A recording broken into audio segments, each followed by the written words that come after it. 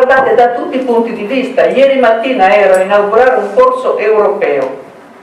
dentro una straordinaria biblioteca a Roma, in cui esattamente un altro teologo diceva che nella storia anche della Chiesa è importante, quando si studiano queste cose, far vedere le diverse figure, pur con tutta la storia, diciamo, differente e particolare che c'è, ma figure importantissime. Allora, se tu costruisci un percorso formativo nella scuola in cui togli di mezzo invece gli stereotipi, che vuol dire le ragazze e i ragazzi possono fare solo questo o solo quell'altro, come proprio input, quasi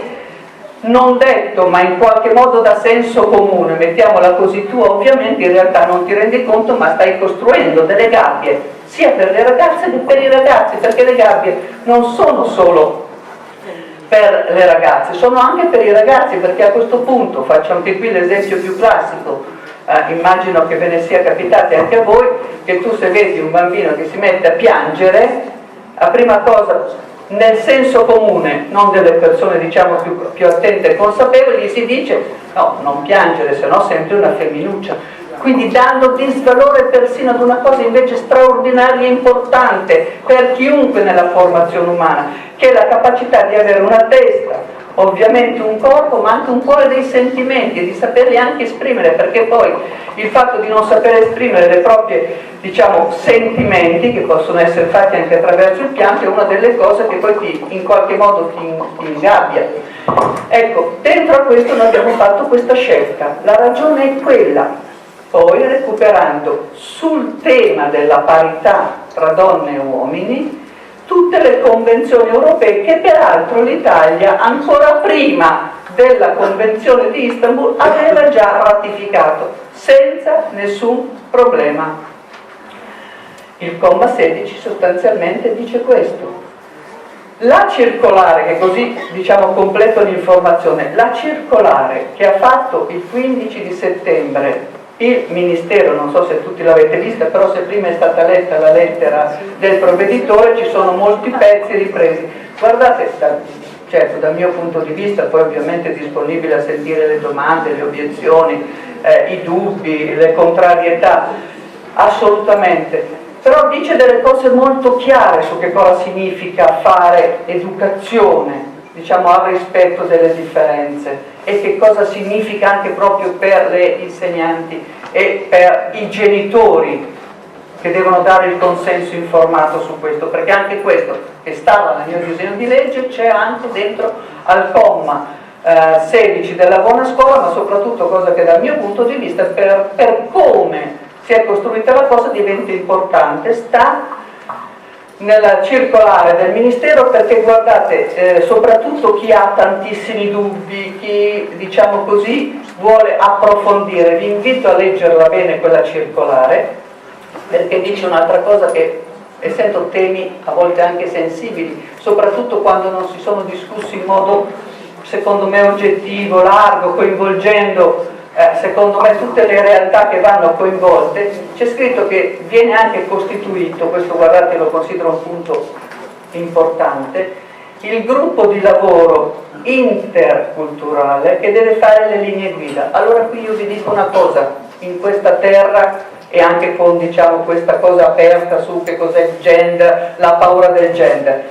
sapete la cosa più importante di questo comma dal mio punto di vista e anche per le teorie e le disinformazioni che sono in giro? Il fatto che a questo punto, avendo delle linee guida pubbliche nazionali, alcune sperimentazioni, non mi interessa dire quali, perché non sono qui per questo, ma alcune sperimentazioni che non stanno dentro a questa logica, a questa scelta, che a volte sono anche magari, diciamo così, mi permetto di dirla in questo modo, fuori contesto, non sono possibili.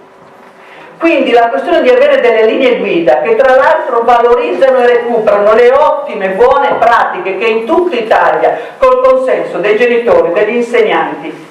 degli studenti, si fanno da 20 anni, quindi buone pratiche che verranno valutate da questo gruppo e che diventeranno le linee guida. Linee guida non sono obblighi, linee guida sono esattamente il fatto di mettere in rete attraverso le linee guida la conoscenza delle buone pratiche. Posso dirla così, secondo me è una grande garanzia, perché dopo 20 anni, dentro a un tema di sperimentazione che può avere, no? Anche in alcuni luoghi diverse sfaccettature, secondo me è una responsabilità pubblica importante, perché noi stiamo parlando di una scuola pubblica, stiamo parlando di come costruiamo nella nuova generazione, nelle nuove generazioni, ma secondo me anche negli adulti, una cittadinanza diversa, una conoscenza diversa anche di come la realtà si muove. Poi su questo, nella circolare c'è, questo aiuta, ma guardate, basta parlare con le insegnanti, questo aiuta per esempio anche a sostenere di più il lavoro delle insegnanti, secondo me anche dei genitori, perché anche i genitori poi si misurano con tante cose nuove che le nuove tecnologie portano, per esempio l'uso con cui i ragazzi stanno sui social media, mettiamola così, apro il tema del cyberbullismo, apro il tema di tutta questa partita violenta che c'è, ecco, per dire che su questo terreno secondo me diventa molto importante avere strumenti di preparazione, di informazione, ma anche di linee guida che ti aiutano dentro questo percorso. Io mi auguro, perché questo non c'è ancora, c'è solo descritto nella circolare del Ministero, ma mi auguro per esempio che il tema della formazione degli insegnanti, perché poi non tutti hanno fatto sperimentazioni, non tutti si sono autoaggiornati, non tutti hanno costruito, diciamo, in questi anni delle buone pratiche, diventi invece un elemento anche qui di responsabilità dell'azione pubblica e del sostegno che si deve dare a questo, perché su questo è proprio vero. Noi, ma diciamo così, abbiamo una responsabilità su non solo i figli di ciascuno, ma c'è una responsabilità pubblica, perché le ragazze e i ragazzi sono il futuro di tutti, non soltanto di una parte, sono il futuro di tutti, e quindi costruito in questo modo. Adesso dico una cosa forte, è come quando, io non credo che possa esserci qualcuno che non è d'accordo, è come dire che non sei d'accordo su alcuni elementi della matematica, ma chi non è d'accordo a contrastare gli elementi di violenza se ha tutti gli elementi di conoscenza, per cui diciamo alcuni modelli con cui si forma quella parte di cultura, quella parte di stereotipi, in realtà poi ti porta a rendere ragazze e ragazzi più fragili. Noi vogliamo tutti invece che questa cosa non ci sia. C'è stata una campagna, guardate, tra l'altro anche su questo è importante dirlo, non c'entro neanche, però voglio assolutamente che sia chiaro che la cosiddetta teoria del gender, come l'ha spiegata bene il professore, non c'era nel disegno di legge, basta leggerlo, non c'è nel comma 16, basta leggerlo, perché almeno su una cosa tutti dobbiamo essere d'accordo, che la lingua italiana vale per me come vale per gli altri, perché la lingua italiana è una cosa importante, se no è difficile, voglio dire, anche relazionarsi su questo. Finisco. Ovviamente appassiona a voi, appassiona a me, perché la cosa, per esempio, che mi ha molto preoccupato, e per fortuna ci sono persone, ma ce ne sono per fortuna tante in tutti i mondi e così via, perché in un dibattito mi è stato detto che sono d'accordo sulla parola genere, ma non sono d'accordo sulla parola gender. Ora, io non la voglio mettere sul fatto che è la traduzione inglese, perché francamente sarebbe svilente. Ma un conto è dire e tirar fuori alcune cose che ci sono totalmente minoritarie in un dibattito teorico, che non so, va avanti, dove va avanti, non è quello che seguiamo noi. Altra cosa invece è assumersi la responsabilità di quello che abbiamo scritto, di quello che pensiamo di fare, ed è una responsabilità che ci prendiamo insieme, perché non c'è qualcuno che autoritativamente decide che si fanno delle cose, questo non c'è. Guardate, però lo dico in questo caso più alla parte adulta, più alla parte io sono pure una nonna, quindi so cos'è avvenuto nell'asilo dove mia figlia ha portato il nipotino, quindi non apro questa cosa perché è una ferita pazzesca,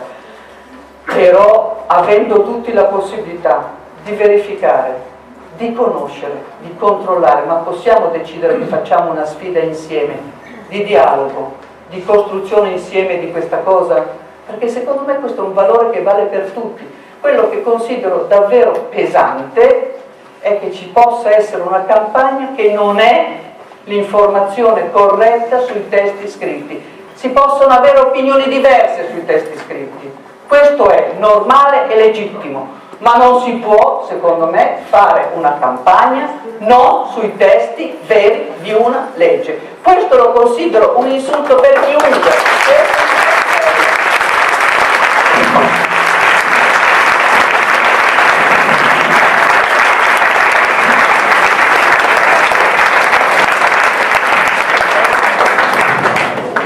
Ringrazio la senatrice Fedeli e do adesso la parola al professor Dino Scantamburlo, che come vi dicevo prima è componente del Consiglio pastorale della diocesi e qui delegato dal Vescovo di Treviso a dirci la sua opinione. Prego.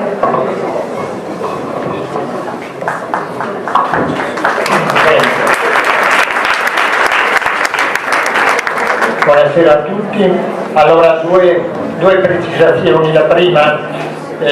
a me è stato chiesto di partecipare a questo dibattito, era stata chiesta una presenza alla diocesi e hanno ritenuto di inviare un laico, hanno chiesto a me la disponibilità e quindi eccomi qua. È chiaro che io non porto il pensiero ufficiale della diocesi, anche perché non c'è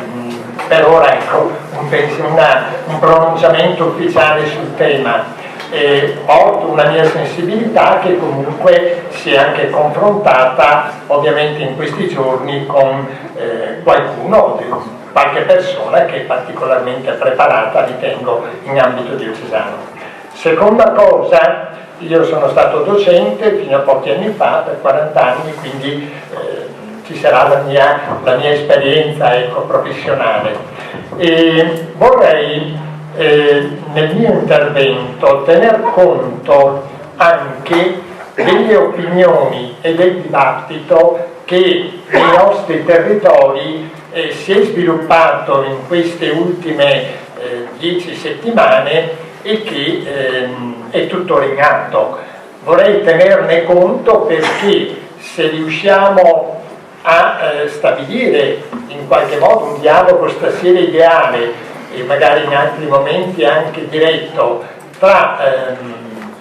modi di sentire e di valutare, credo in maniera ovviamente pacata e serena non può che scaturire una grande utilità per tutti. Allora, a me pare che nell'esame di questa questione sia necessario partire da una premessa imprescindibile per poter poi ragionare e capire, ossia è in atto negli ultimi decenni e continua con una velocità sorprendente, con incisive ricadute sulle opinioni, sulla cultura, sui modi di agire e di vivere di persone singole e di gruppi sociali, una vera rivoluzione antropologica.